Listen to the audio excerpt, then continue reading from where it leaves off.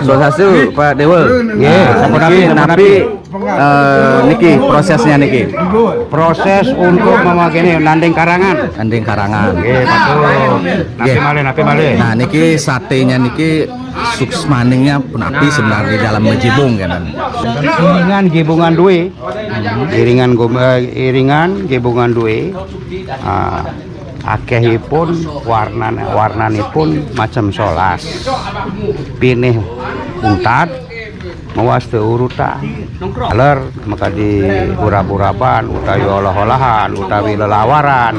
Taler macam solas sekawanten tandinganipun tetiga. Dados tetiga.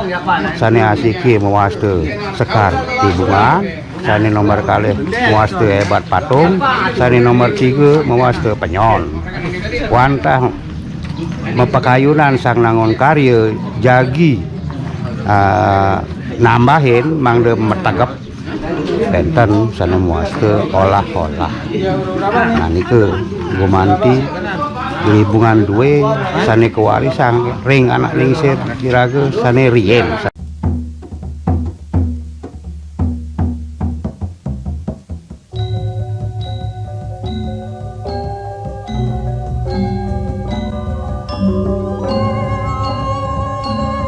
Kita sudah bahas mengenai mebat bersama Aji Dewa dalam tradisi menggibung yang masih tetap dilestarikan dan dilaksanakan oleh umat Hindu yang ada di Lombok, khususnya Dusun Lilin, Desa Giri Tembesi, Grung, Lombok Barat, yang pada setiap acara adat dan hajatan yang mengundang lebih dari 10 orang.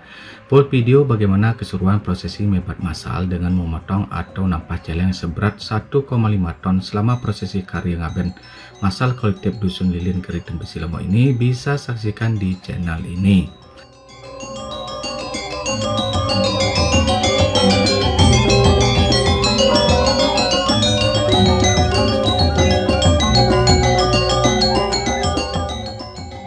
Menggibung merupakan tradisi makan bersama dalam satu wadah sudah dilaksanakan secara turun-temurun oleh warga Hindu di dusun ini sampai saat ini.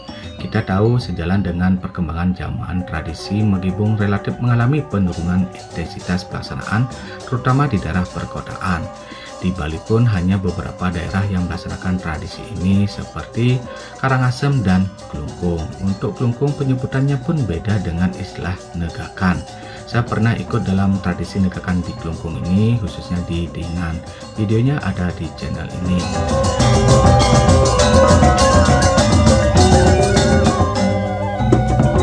Dalam tradisi unik menggibung ini, semua peserta berbaur tanpa memandang status sosial. Menggibung bukanlah upacara adat, melainkan kebiasaan atau tradisi masyarakat di sini yang dipengaruhi oleh tradisi dari Karangasem. Tidak hanya tentang mengisi perut, tetapi juga tentang kebersamaan tanpa memandang status sosial.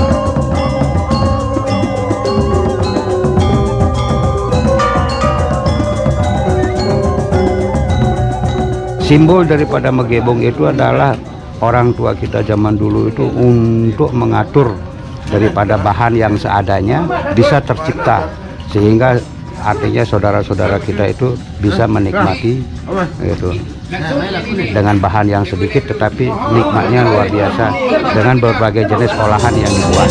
Non tradisi menggibung di Karangasem berawal pada tahun 1614 Saka atau tahun 1692 Masehi, ketika Raja ke-7 Karangasem memberdayakan prajuritnya untuk menggibung. Raja ke-7 Karangasem yang bernama I Gusti Anglurah Ketut Karangasem kala itu berperang dan berupaya menaklukkan kerajaan-kerajaan di Sasa yang kini disebut Lombok sebagai daerah kekuasaannya. Usai berperang, sang raja kala itu memberikan perintah kepada prajuritnya yang tengah beristirahat untuk makan bersama-sama dari satu wadah yang sama atau dikenal dengan menggibung. Istilah menggibung sendiri berasal dari kata gibung dalam bahasa Bali yang artinya berbagi bersama. Sang raja pun akhirnya menikmati menggibung bersama prajuritnya tanpa memandang status sosial. Menggibung dijadikan beberapa sesi dengan beberapa titik dalam satu sesi tergantung dari jumlah peserta dan luas tempat dipakai menggibung. Biasanya sesi pertama itu kelompok perempuan dan anak-anak, di mana kelompok anak-anak sebagai dasar dari menggibung. Dari satu kelompok berjumlah 8 orang duduk membuat lingkaran dengan posisi miring searah jarum jam. Nah, di tengah-tengah lingkaran inilah hidangan gibungan itu diletakkan. Setiap gibungan kita akan dilayani oleh satu pengancang yang nanti melayani peserta gibung untuk membawa lauk lainnya seperti sate, lawar, dan lain-lain. Hidangan yang tersusun dari selembar alas berupa daun pisang. Nah, tapi sekarang perkembangan zaman diganti plastik atau kertas minyak dengan nasi yang dibentuk setengah bulat seperti gunung, serta lauk pauk disajikan di atas nampan atau tulang. Setelah semua gibungan siap, maka peserta akan duduk untuk mulai makan bersama.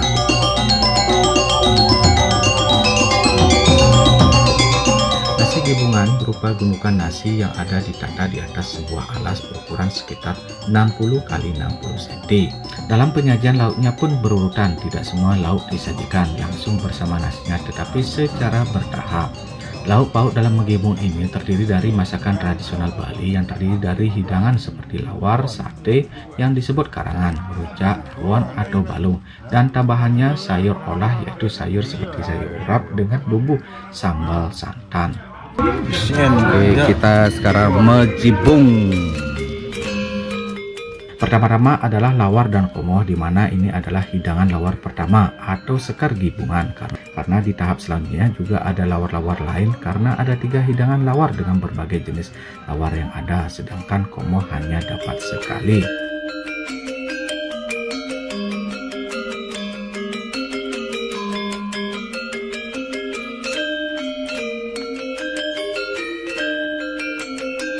Dalam satu gibungan ini juga disediakan garam dan cabai bijian di samping nasi. Siapa tahu lidahnya kurang garam dan pedas, jadi bisa ambil sendiri sesuai selera.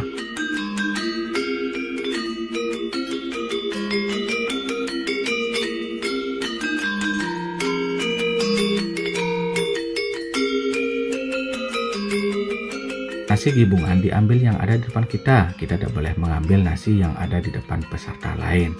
Nah, untuk lauk atau sayurnya kita boleh mengambil di dekat peserta itu, misalnya untuk lawar yang diletakkan titik yang terdekat. Saat kita makan, sisa makanan berjatuhan tidak boleh di atas gibungan tetapi ke bawah di depan kita duduk, karena di sini tidak diperbolehkan sisa makanan dari mulut berjatuhan ke sana kemari di atas nampan atau gibungan.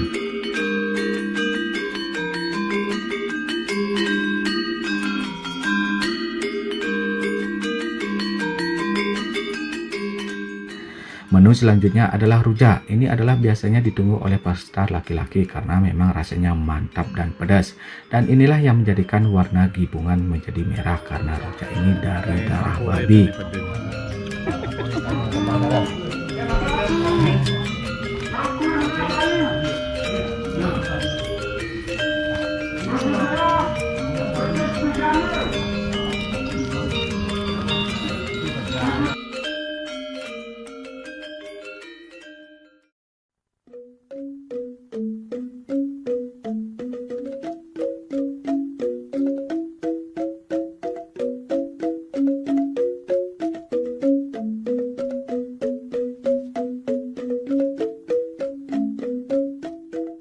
Peserta boleh mengambil nasi atau lauk sepuasnya, tapi jangan sampai kekenyang duluan karena masih ada lauk seperti sate, rujak, dan lain-lain.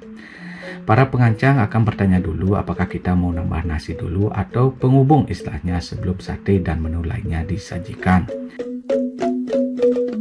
Di sini ada juga kebiasaan atau tradisi bahwa nasi dalam nampan tidak boleh sampai memperlihatkan dasar nampan, sehingga disinilah harus ada penghubungnya. Dasar nampan harus tertutup oleh nasi, setelah penghubung barulah menu lainnya, sate, balung, dan lain-lainnya.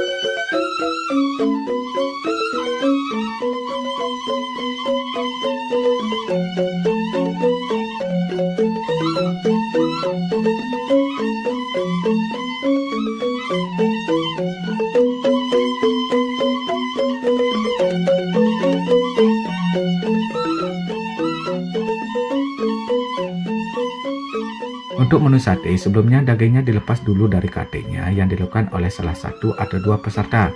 Di sini banyak terdapat sate dari sate lilit, sate daging, sate berbentuk segi 4, segitiga, dan ukurannya big size.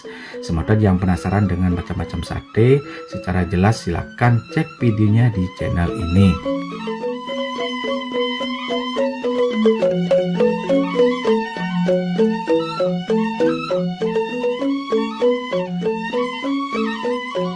Pada saat ambil sate pun kita hanya boleh mengambil yang ada di depan atau sekeliling kita atau di tengah nampan. Saat kita makannya pun tidak boleh menggigitnya lalu sisanya ditaruh nampan lagi. Jika ada gigitan dagingnya karena besar atau ada tulangnya, sisanya diletakkan di bawah atau dagingnya dipotong atau disobek di atas nampan. Nah, bagaimana jika dagingnya ukuran besar dan susah dipotong atau disobek? Kita boleh meminta bantuan dari peserta lain untuk memotongnya dan akan saling tarik bersama.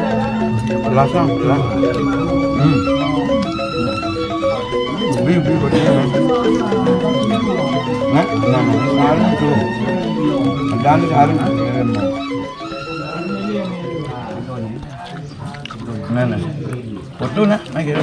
Dengan mana nak? Ayo. Ini berapa? Segitiga.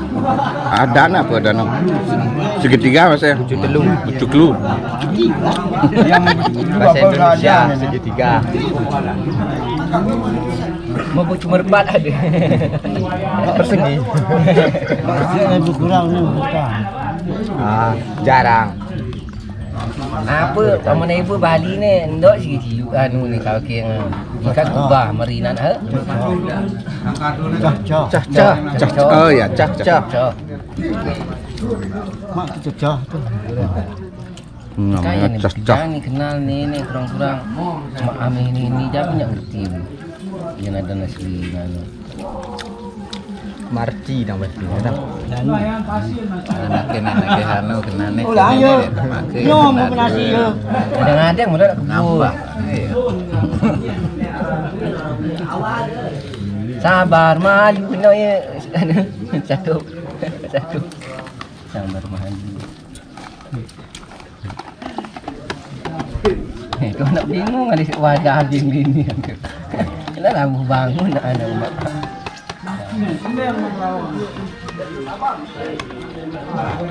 Cuma bang nasi itu. Mabuk nasi. Ya. Round bat. Oke, jadi kita lagi menjibung. Oh, nah. Nah, ini adalah tradisi dari Semeton Use atau Bali yang ada di Lombok. Nah, ini tradisi ini adalah tradisi yang sudah diwariskan turun temurun yang masih tetap dilaksanakan pada saat ada karya. Nah, ini namanya rawon Pindangan. Yang cakas Lombok pindangan ada dok rawon ada pindangan. Nah, ini namanya pindangan di sini, bukan pindang ikan, tapi kalau di sini namanya balung. Nah, balung ada balungan tulang.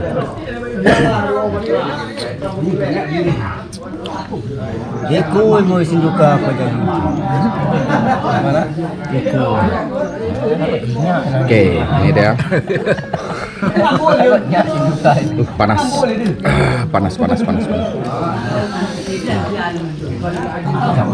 Menu terakhir adalah rawon atau balung. Nah, di sini biasanya peserta sudah agak kekenyangan sehingga kadang masih tersisa banyak dan kadang kuahnya panas sehingga belum sempat menikmati balungnya. Balung ini biasanya langsung disiramkan ke nasi. Maka kita akan lihat semua menu akan campur jadi satu dari lawar, komoh, rujak dan sate. Belum lagi ada menu tambahannya seperti sayur khas Lombok. Disinilah peran penghubung nasi jika kita masih kekurangan nasi, di mana gibungan masih nampak putih. Tetapi di sanalah kenikmatan dalam bergibung.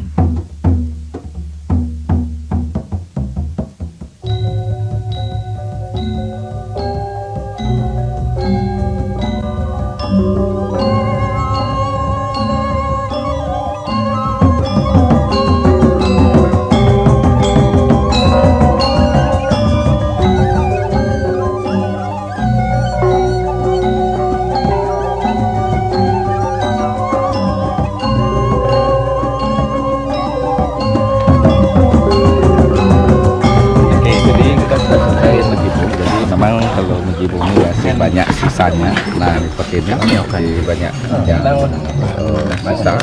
Kadang menu makanan baik itu nasi, sate, dan lauknya tersisa banyak, apalagi gibungan kelompok wanita yang tidak begitu banyak makan.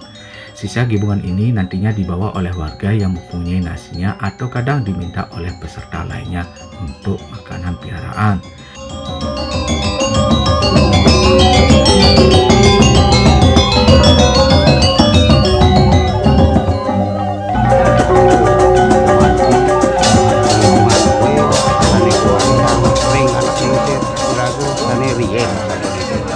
Bajang-bajang mangkin anak kalah piutunane sareng anak lincir sendiri.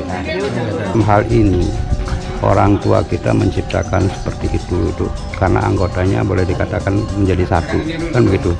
Nah sementara waktu dengan adanya suatu perubahan dan perkembangan gitu, buntut-buntutnya warga kita ini sudah tidak ada yang kumpul, hanya beberapa saja yang menjadi warga kelompok gitu.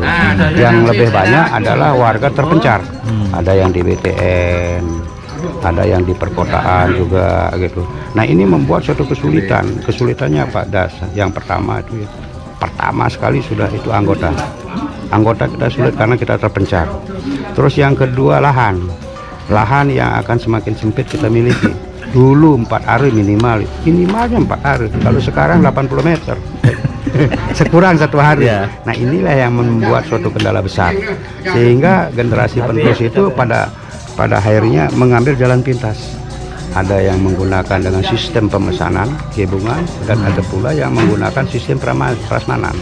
Nah, lambat laun tradisi kita ini akan hilang, kecuali yang masih tertinggal adalah yang di desa yang merupakan suatu pemukiman, artinya kelompok. Nah, di luar kelompok itu sudah semuanya akan tergusur, jadi apa yang menjadi warisan gitu itu akan tergusur begitu. Nah untuk mengimbangi seperti ini kita merasa agak sulit. Sulit kenapa? Nah, seperti alasan tadi itu kesulitannya di sana. Kemungkinan besar tidak bisa akan terjadi di perkotaan, yang hanya bisa terjadi di pedesaan atau di pedusunan. Modelnya seperti daerah-daerah yang ada pemukimannya minimal itu sudah anggotanya ya udah 50 kakak itu masih bisa versi Magebung. Tetapi kalau kurang dari itu kemungkinan besar juga akan ribet. Jadi kemungkinan tidak bisa akan dijangkau untuk apa yang menjadi sarana yang sebenarnya. Apa gini, artinya kan tidak ada, artinya kurang kuatnya awik-awik atau anggaplah seperti apa dulu hukum adat setempat gitu yang mengikat sehingga tradisi ini tetap lestari ya kan. Nah kalau berbicara seperti itu, awik-awik itu tetap kuat karena itu memiliki suatu anggaran dasar dan anggaran rumah tangga. Namun karena situasi dan kondisi, di samping itu sosialisasi dari orang-orang yang dominan tahu tentang itu jarang turun, sehingga perkembangan kita itu sudah jelas dan pasti ini akan hilang gitu. Kita mau melestarikan akan tidak mungkin kalau di perkotaan kecuali di pedesaan. Jadi itulah artinya gambaran kita bagaimana kalau umpamanya kita lestarikan ini agak sulit begitu. Yang bisa melestarikan hanya di desa yang membutuhkan suatu pemukiman yang berkelompok. Kalau yang menyebar tidak bisa. Karena ini mengerjakan kebersamaan kan ya, kebersamaan seperti arti arti atau daripada filsafat Magebung itu. Gitu. Jadi harus memang berkelompok kan, harus berkelompok dalam suatu kelompok masyarakat ya, satu kelompok masyarakat itu nominal ya 25 kakak gitu. Bisa masih bisa gitu. Kalau kurang dari itu kemungkinan besar agak kesulitan. Kenapa? Karena kemungkinan besar nanti yang laki-laki itu akan mentulung dengan yang perempuan di dalam pekerjaan yang perempuan begitu, istilahnya membantu untuk menjahitan, untuk membantu untuk mencari bahan dan lain sebagainya. Jadi tenaga itu berkurang sehingga untuk pekerjaan laki-laki tidak bisa digarap. Nah, kita Pak Dewi, ini tradisi Majibung ini kan ada di Lombok. Ya. Nah, sedangkan di Karangasem juga ada. Sebenarnya asal dari tradisi Majibung ini sebenarnya dari mana gitu? Asal daripada Magebung gitu ya. Itu asalnya itu dari Bali. Nah, jadi dari Bali pada waktu zaman kerajaan. Jadi saudara-saudara kita yang mendapatkan suatu tugas dan beban serta tanggung jawab di Lombok, adat itu dibawa dari Bali ke Lombok, sehingga di dalam status tempat berpemukiman nama Bali itu rata-rata dibawa. Suatu contoh di Cakra, artinya nama kampung Bali itu pasti ada karang, ya, Karang Blumbang, Karang Tangkuban, Karang Siluman, itu. Jadi karang itu selalu di depan untuk mengingatkan bahwa kita ini berasal dari Bali. Nah, dengan demikian seperti apa yang disampaikan tadi itu, bahwa versi gabungan itu berasal dari Bali. Namun Bali juga sekarang sudah hampir punah juga, terutama yang di perkotaan. Yang masih tertinggal setelah kita jajaki itu hanya beberapa daerah, Karangasem ya masih. Di Singaraja boleh dikatakan sudah hampir punah, apalagi di Denpasar, objek wisata. Rata-rata semua mencari tempat rumah makan sesuai dengan lingkungannya. Ya masih kuat ini hanya di Karangasem. Sehingga banyak yang mengatakan bahwa tradisi Mugi Bumi dari Karangasem. Padahal seluruh Bali sebenarnya. Padahal seluruh Bali sebenarnya begitu. Tetapi karena perkembangan gitu, dan keadaan juga begitu kan, lambat laun dari barat ke timur itu yang paling timur saja yang masih versinya Mugi Bumi sampai sekarang. Yang